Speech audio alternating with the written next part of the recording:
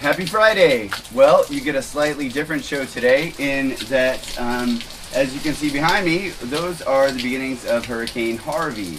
The part of our offices are officially closed this week because we live in a great big glass building that is within the path of a Category 3 hurricane. I am, as I've mentioned before, a trained scout leader, and also I've been through quite a few emergency situations, so while I have shipped my family off, I have decided to remain here in case folks need support and to take care of the house if something starts to go wrong, and to take care of the dog and whatever. I'm not saying it's the best idea, but you know, scouts run toward danger, right? So today, the perfect topic is dealing with emergencies. In most cases, we start to come in to help businesses either right before they open when they're trying to figure out what to do, or a couple years in when things have gone a little bit wrong. And those kinds of emergencies can be a real challenge. I would love to talk to you about how to prepare for emergencies. I think that a lot of folks already do that.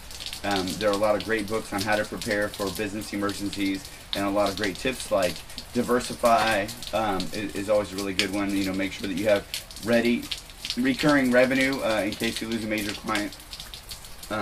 But what I want to talk to you about is Cat 3 hurricane emergency that maybe you didn't see coming, or that maybe you felt like you were powerless to stop. Sometimes what will happen is things start to go wrong. You lose a major client, or your team starts to fall apart, or you suddenly realize that your business is bigger than you're ready to handle. That is actually not uncommon. Or maybe you haven't looked at an income statement in a year and a half and you didn't realize where you stood.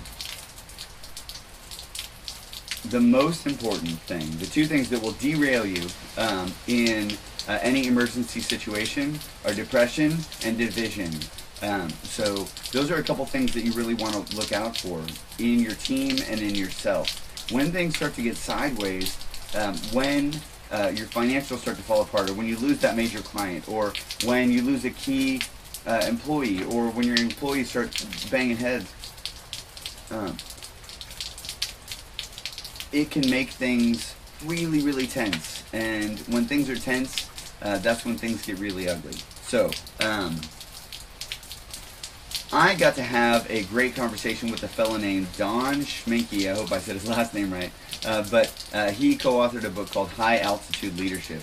And they make a really good point in that book.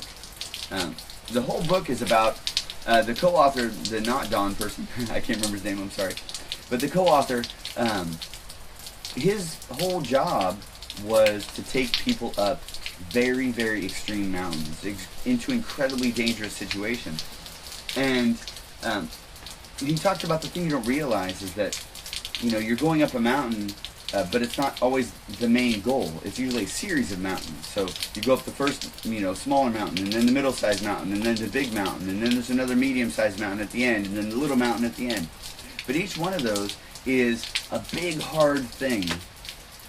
And Don is a scientist, so he started to put some analysis to this. But the biggest takeaway was the team doesn't fall apart on the way up the mountain. They don't fall apart on the hardest part. They don't fall apart at the beginning of the second mountain, and they don't fall apart once they reach the top. They fall apart on the way down from the last mountain. When things are not oriented, driven, goal-focused, when things are not that, when things start to turn inward because there's not a place you're going. And so the takeaway from this is create drama. You know, human beings, we thrive on drama, and that was the point that Don made. We thrive on drama. We need it to survive. We're genetically predisposed toward it. You know, we're supposed to be physically, genetically, we're supposed to be chasing down tigers to live, right? And hunting animals and barely scraping by and dealing with extreme heat and weather like this. And in modern society, that's not the case. And so in American business culture, we create this culture of growth, and we create this culture of development. And when you don't have that, especially when things start to go wrong, then people create drama. And so the trick is, and these are Don's words, replace their drama with your drama. The trick is when things go really, really south, you create a goal and you create a focus, and that's going to help for you and that's going to help for your team. People are going to be able to come together towards something, create some sort of excitement and growth, get buy-in and move toward it. And that's going to help get through a lot of the difficulty. Figure out what needs to be done, focus on bringing the team together to do it, and then go do that. And that kind of growth and focus can really make a big difference. So I know it didn't help much. You're like, but I'm in the middle of drama. There's too much drama right now. But remember that you can choose your drama. You get to choose the things that you are going to do. Here's a great example. Obviously my family is not a safe place for them, but it's also not a safe place for a lot of families that are here on the street.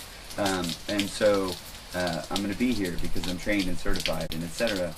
And they're safe. And so we made a conscious decision.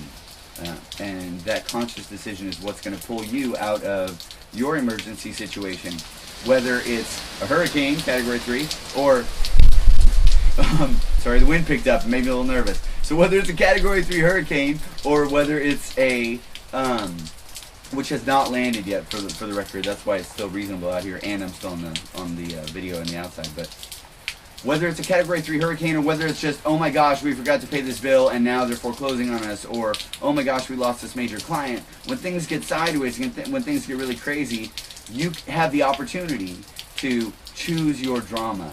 And just sit down, step away from all the craziness and the people yelling at each other with a napkin if you have to and a pen you borrowed from the waitress or waiter, and just write down all the things that are bothering you and all the steps and organize it, because then you choose your drama.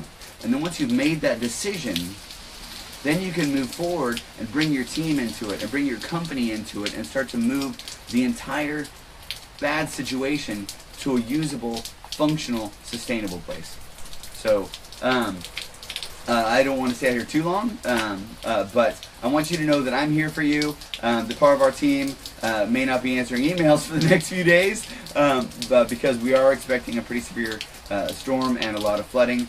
But I wanted to be here for you this Friday because I know a lot of folks are watching, and so you get the view from my house of Hurricane Harvey early on. And if you really want to see what Hurricane Harvey's up to, I'm sticking my face on the internet about once every hour or two to tell you what's happening here locally on my personal page. So thanks for supporting Paravar.